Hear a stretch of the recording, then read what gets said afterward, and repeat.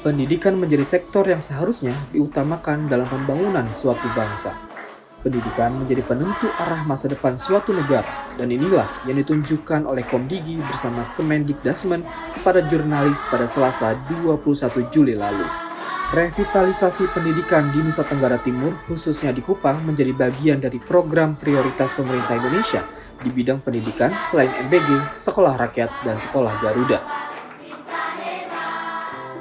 SD Impres Naimata menjadi salah satu sekolah penerima manfaat program revitalisasi pendidikan. Sekolah dasar di Kota Kupang, NTT ini menerima anggaran sebesar 3,1 miliar rupiah yang digunakan untuk memperbaiki berbagai fasilitas belajar sehingga mampu menghadirkan lingkungan pendidikan yang lebih aman, nyaman, dan berkualitas. Dengan revitalisasi ini, wajah-wajah bahagia pun terpancar dari anak-anak SD Impres Naimata. Salah satunya adalah Maria Alikaton yang duduk di kelas 5. Ia merasa senang karena tidak lagi perlu datang ke sekolah siang hari, dan setelah sepulang sekolah, ia masih bisa beraktivitas membantu orang tua. Senang karena kalau kita pulang sudah mendapatkan aktivitas, bisa membantu orang tua.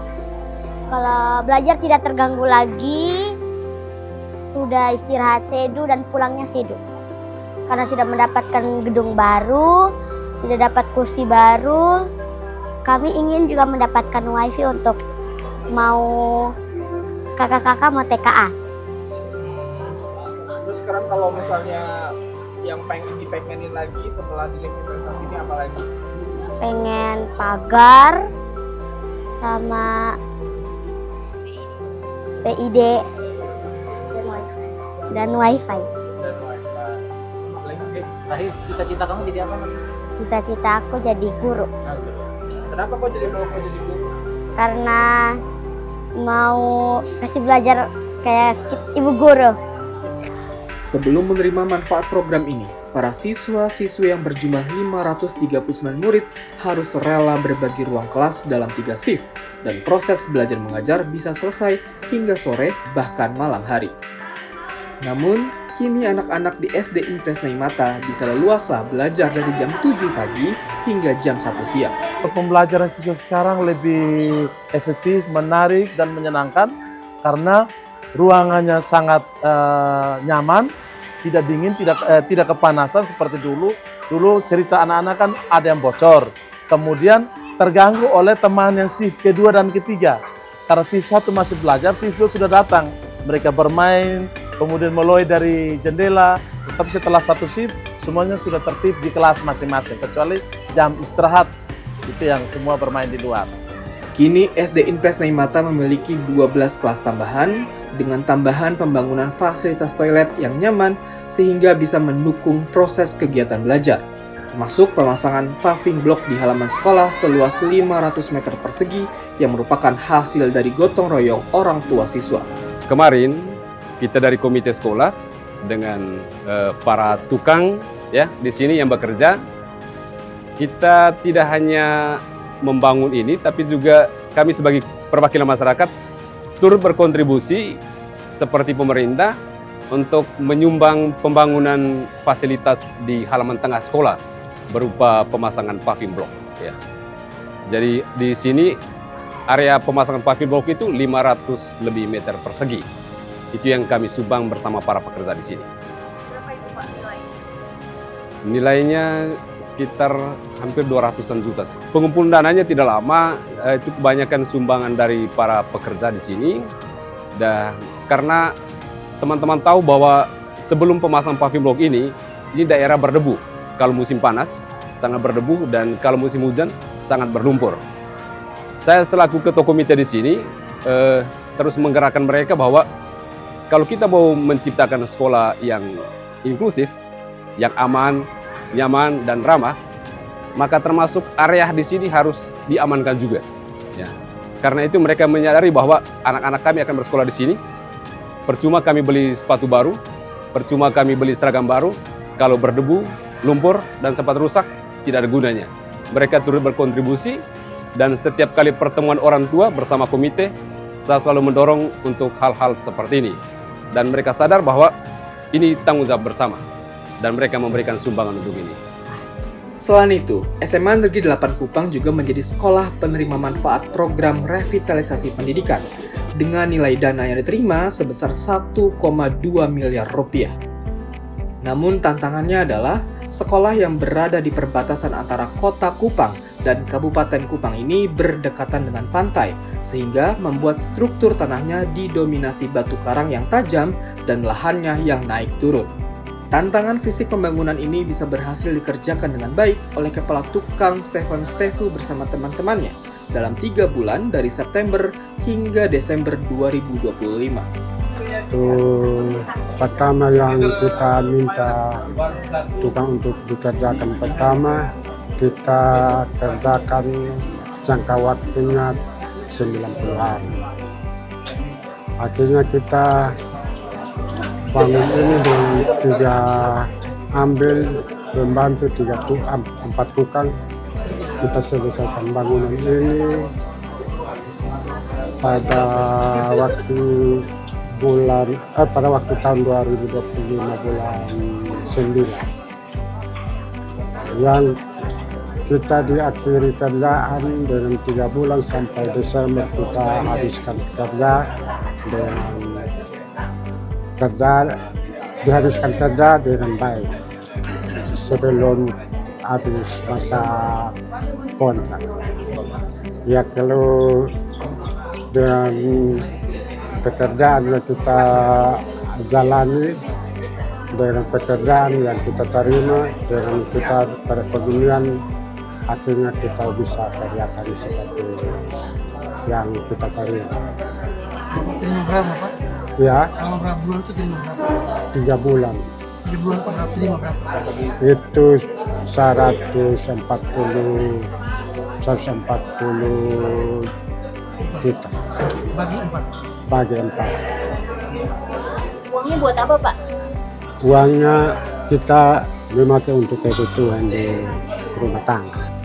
Kini, SMA Negeri 8 Kupang pun memiliki 4 kelas baru dan juga 2 unit toilet ramah disabilitas. Hasil dari revitalisasi ini pun dirasakan oleh siswi SMA Negeri 8 Kupang, Grace Tete Lau, yang merasa bahagia karena bisa belajar dengan nyaman tanpa ada shifting jam belajar, tanpa ada rasa kantuk ataupun lapar. Kalau untuk bangunan sebelumnya kan belum sebagus ini tahun ini kan, sudah setelah renovasi pada tahun ini semua ruangan itu kayak gimana ya, bagus, kayak sudah mulai rapi, tertata, kayak ruangannya sudah mulai terisi. Sebelumnya kelasnya digabung atau bagaimana? Belum, itu tetap masing-masing. Jadi kalau kelas 11, 12 itu tetap untuk kelasnya ini satu-satu. Tapi pas saat renovasi kemarin itu ketuk kelasnya digabung. Ada juga pas awal tuh pernah pakai shift pagi, shift siang, dan itu juga bagi kelas. Kan terbiasanya sudah bangun pagi nih, sudah terbiasanya aktivitas pagi, terus tiba-tiba pas saat masuk shift siang itu kayak ngantuk, kayak lapar, jadi untuk mau fokus belajarnya kurang fokus. Sementara itu, guru matematika SMA Negeri 8 Kupang, Maria Rosana Dimu, merasa bahagia dengan adanya revitalisasi ini. Tapi, ia masih mengharapkan dengan dibangunnya perpustakaan ataupun literasi digital untuk mendukung proses belajar mengajar para siswa-siswi. Kalau menyangkut jumlah ruangan, saya tidak terlalu hafal, tapi kalau dilihat dari jumlah rombel, kali lalu kita 27 rombongan belajar, tapi kita kekurangan 7 rombongan belajar. Maka dengan demikian, terpaksa kita menggunakan ruang aula, kita gunakan sebagai ruang kelas. Dan ruang aula yang disekat-sekat, biasa kita pakai untuk ini, terpaksa kita sekat menjadi 3 ruang kelas. Akhirnya kita kekurangan sekitar 7 rombel waktu itu. Tapi sangat bersyukur dengan kehadiran 4 rombel, mengurangi sedikit, tapi kita masih kekurangan. Apalagi ada satu lagi yang sangat kami harapkan, mungkin kalau bisa pemerintah sangat memperhatikan ini dengan literasi, untuk memperhatikan literasi digital, penggunaan perpustakaan. Itu sangat-sangat diharapkan karena bagaimanapun saat ini yang paling diperlukan itu adalah perpustakaan. Tidak bisa hanya dengan kita mengharapkan buku saja, tetapi literasi digital itu penting untuk kompetensi anak. Kemudian salah satu lagi lab bahasa. Kami belum memiliki sama sekali lab bahasa. Sedangkan kita punya kelebihan guru bahasa di sini. Ada bahasa Jerman, ada bahasa Inggris. Jadi sangat membutuhkan perhatian dari pemerintah. Sementara itu, Direktur Ekosistem Media Komdigi, Farida Dewi mengatakan, revitalisasi pendidikan ini juga menjadi usaha pemerintah pusat untuk penyetaraan akses pendidikan untuk semua anak Indonesia di berbagai daerah.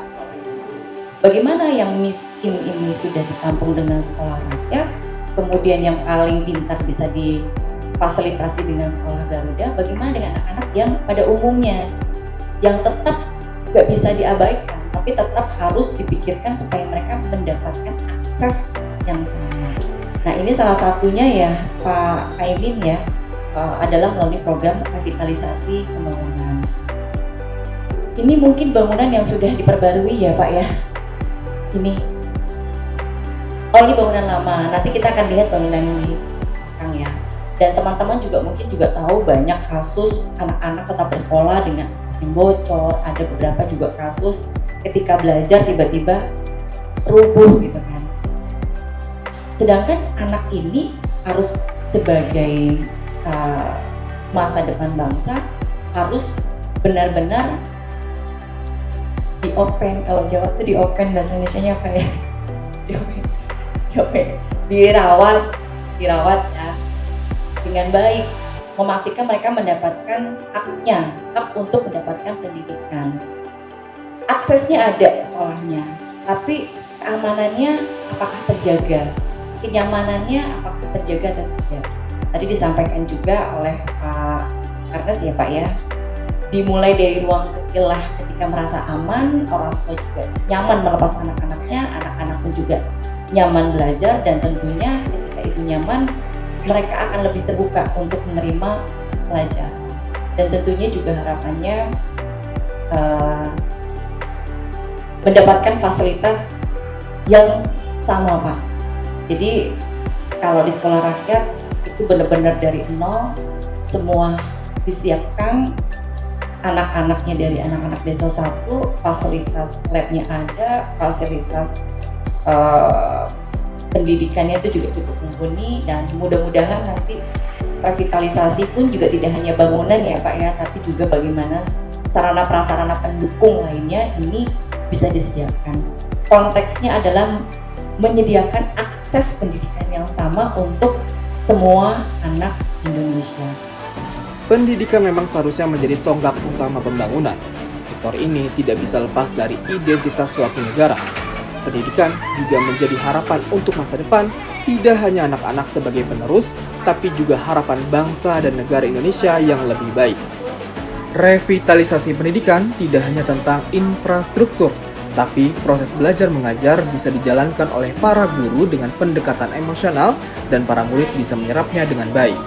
Sekolah seharusnya lebih dari sekadar bangunan, tapi juga menjadi ruang aman para generasi penerus bangsa agar bisa menjalankan tugas belajarnya dengan baik, lepas dari ancaman kejahatan seksual ataupun ancaman keburukan lainnya.